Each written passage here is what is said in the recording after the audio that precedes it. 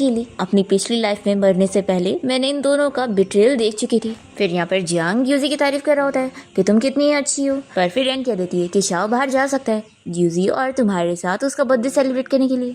और फिर रैन अपने बेटे शाओ से कहने लगती है कि तुम बाहर घूमने तो जा सकते हो, लेकिन तुम्हें याद है ना कि आर्ट क्लासेस के लिए तुमने खुद ही ज्वाइन किया था और तुमने मुझसे प्रॉमिस किया था कि चाहे जो हो जाए तुम क्लासेस को मिस नहीं करोगे। तो मैंने तुम्हें सिखाई हो ना कि अपना प्रॉमिस कभी तोड़ना नहीं चाहिए। पर तभी शाओ तो इसे पुश कर देता है और कहने लगता है कि आपने मुझे फोर्स किया था क्लासेस ज्वाइन करने के लिए, इसलिए मैं कोई क्लासेस नहीं जाऊँगा और आप अच्छी मॉम नहीं हो। तो फिर रैन मान जाती है कि हाँ सब मेरी गलती है, मैं बिल्कुल अच्छी मॉम नहीं हूँ, अब मैं तुम्हें क्लासेस से निकलवा दूंगी और तुम्हें अब दोबारा क्लासेस जाने की जरूरत नहीं है, तुम बाहर जाके खेलना। और फिर ये यूजी से भी कहने लगती है कि तुम शाओ को जहाँ घूमने लेके जाना है वहाँ लेकर जाओ और पैसे कम हो तो मैं तुम्हें देती हूँ, अच्छे से घूमना फिरना। और फिर वो जियांग से भी कहने लगती है कि क्यों ना तुम शाओ और यूजी दोनों के साथ मिलकर बाहर साथ में घूमने जाओ। और फिर वो जल्दी से इन तीनों को भेजने लग जाती है। तो जियांग से पूछता है कि तुम सच में नहीं जाना चाहती हो, क्यों ना हम सब साथ में चले। ये कहती कि नहीं तुम लोग जाओ, मैं तो बहुत थक गई हूँ, मैं घर में ही रहूंगी। और फिर इन लोग के जाने के बाद रैन तो खुश होने लगती है कि तुम लोग को तो वैसे भी साथ होना था ना, तो अब तो मैं तुम लोग के लिए अपॉर्चुनिटीज क्रिएट कर रही हूँ।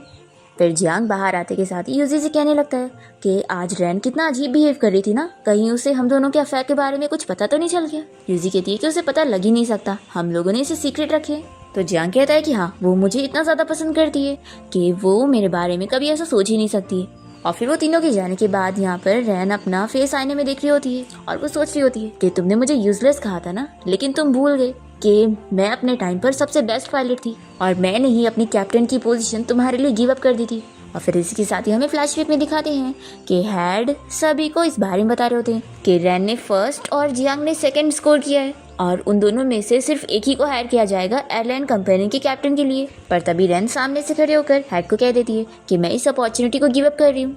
तो हेड उसे लास्ट बार ही समझा भी देते हैं कि अगर वो ये मौका गिव अप करेगी तो उसे फ्यूचर में दोबारा कभी ये चांस नहीं मिलेगा। पर रैन तो अपनी रिंग देखकर खुश हो रही होती है क्योंकि जियांग ने उसे शादी के लिए प्रपोज किया है। तो फिर हेड अनाउंस कर देते हैं कि फिर जियांग अब इस बारी के एयरलाइन कंपनी का कैप्टन बन चुका है। फिर फ्लैशबैक यहाँ पर खत्म होता है और रैन अपना लुक चेंज करने का सोच लेती है और वो अपना एप्रिन भी हटा देती है, साथ ही साथ अपने बाल भी खोल देती है। फिर इसके साथ ही हम देखते हैं कि जियांग और यूजी घूमने के बाद साथ में रात में घर आ रहे होते हैं और जैसे ये लोग घर के बाहर पहुंच जाते हैं तो जियांग यूजी को यहाँ से जाने के लिए बोल रहा होता है कि कहीं रैन इन दोनों को ऐसे साथ ना देख ले और कुछ गलत ना समझे। पर इतने में रैन बाहर आई होती है तो इसे देखकर ये लोग डर जाते हैं और फिर यूजी कहने लगती है कि इतनी रात को वो बाहर कैसे। रैन कहती है कि मैं तो गार्बेज फेंकने आई थी और अच्छा हुआ मैं आ गई, नहीं तो मैं तुम लोग को देखती कैसे। मेरा मतलब था कि इतनी रात हो गई है तो तुम अकेले ऐसे कैसे घर जा रही हो, क्यों ना आज रात तुम इधर ही रुक जाओ। और वो उसे जल्दी से अपने घर में लेके चली जाती है। फिर इसके बाद रैन यहाँ बुक पर